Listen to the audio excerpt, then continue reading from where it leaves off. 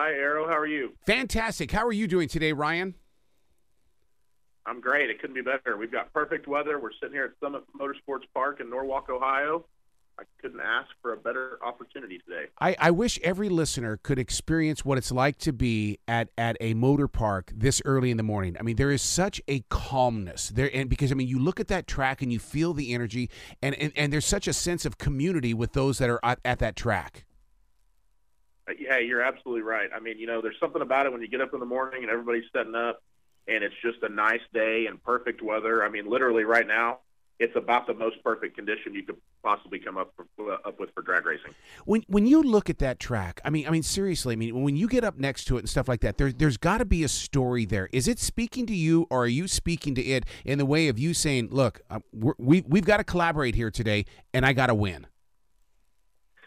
Oh, there's definitely always a story. Like I feel like as we go through the season and we come back to racetracks that we've been to, from one season to the next, or I've been drag racing for a while, or just go to racetracks that I've been to previously.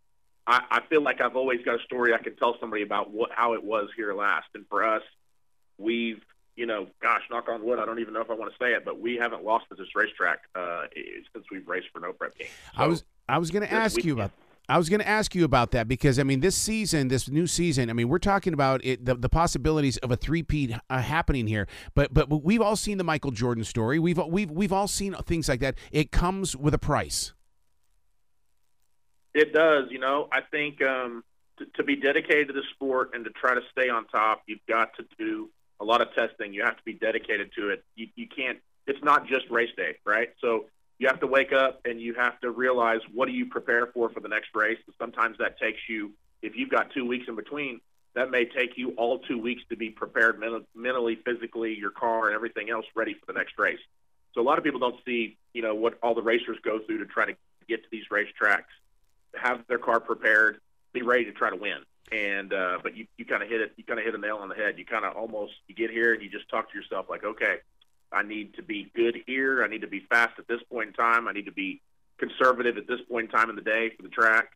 And it's just all about preparing and using the experience that you have. Well, and the one thing that the unspoken tongue sometimes is always the crew chief. We never really give that crew chief the rock star feeling that they deserve, because you got to have that person in control. You do. For us, there's even more than just a crew chief, but you're right. Javier has been with me since I've started doing this, and he's a huge asset to the program. And if I can't have faith in him to make sure that the car's right, then it's difficult for me to be able to do what I have to do when I'm here, which is focus on driving. So it's nice to have somebody that is in the same routine that you're in, that they know what their job is when they get here, and what your job is when you get here. And when you guys mesh, that's usually when you can end up in the winner's circle. You got to love Discovery for sharing this story, because unlike professional wrestling, which is written out, you guys are living the real deal, and Discovery is right there to help share that real deal, because to me, that's what helps us embrace that flat screen TV, is that, my God, we're right there experiencing the pain with you. That's right. I mean, that's the great thing about the sport, and so many people have a little bit of a misconception. They think, well, it's scripted. This person's supposed to do this, and that is so not the case with this. Nothing has ever been scripted to Street Outlaws when it comes to the winning or anything like that, or anything as far as that goes. And that's why we like this so much. And I think the fans that have been watching since the beginning, I feel like they know that. But when they get to a live event and they come to one of these MPK races, I think that's when they really kind of understand that, like, hey, this is a real deal. It's a real race. And the outcome is never set up. It just is what it is. Now, I got to get real personal with you here, because, I mean, you went from a Mustang to a Camaro. We're talking about a Ford to a Chevy. What the hell happened here, Ryan? Yeah, I don't really know. So when I grew up, my very first car, it's funny that you know that. My very first car was a body Mustang, and I loved them. It was what I saved my money for when I could drive and everything like that. And, that's what got me into street racing. If I didn't have that car, I wouldn't be where I was today. But yeah, you're right. I was a Ford guy all the way up till 2014. And when we decided to try to be good at big tire racing, which for us, it was for the list, for the street, for the OG show, I had to look for a car that fit what we needed. So we needed a car that had a long wheelbase. We needed a car that would fit a big tire, and we needed a car that would handle a bunch of horsepower. And for me, It was my 2010 Camaro. It was more about I stopped caring about what the brand was and how the car could perform and what it could give back to me. Yeah, my first car was an AMX only because I could power shift that monkey. I mean, I got so tired of that dang clutch. Yeah, that's cool. So you sound like a drag racer or a guy that has some drag racing background yourself. Well, it's one of those where I was more of the fan because, I mean, we would go up to Lewistown to the drag strip up there in Montana, and I would just sit there and study the craftsmanship. And I think fans know they've got the craft, they have that same desire to know it, but it's like they would rather be the out loud fan rather than I want to get inside that dang car and I want to find out how that thing works. Yeah, no, I think we get a little bit of both, right? So I think when you end up, as a person who's just following their favorite driver, when they make it to one of these live events, then they get to hear the cars up close. They get to see how well they're built and everything. And when you got 32 cars in the Invitational here, you have 32 of the baddest cars on the planet. Yeah. So, I mean, the craftsmanship, just like you said, of every single car is amazing, and that's what ends up drawing people in. So have you raced at ZMAX here in Charlotte 4 wide?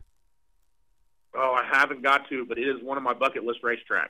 Oh my! To be honest, that's like one that I keep going. I hope we end up there somehow, some way. Dude, they make it too close. I mean, first of all, Discovery with Street Outlaws gets us real super close to the drivers and the racing and stuff like that. But when you're at one of these events, oh my God, the smell! You just crave the smell of that track.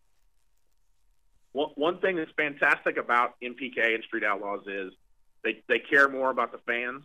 So the fans get closer to the race cars here than they get anywhere. You go to some of the other races and it's blocked off and you can't get really close to the starting line. You can't get, these all access passes to get right there almost on the starting line, but you can here. And I feel like that's what gets people hooked. So where is your heart when you're waiting for that light to change? Because I know what it's like to be sitting at a traffic light, but for you, my God, dude, your heart has to be racing. Yeah. If you've ever drag raced before, you know that you've got pre-stage bulbs. So you light those first 2 pre-stage bulbs, and the next thing you focus on is the first hint of green. Like as soon as you see the first hint of green, you got to let go of the button and hang on. And so that's where I focus the most on is the first hint of green.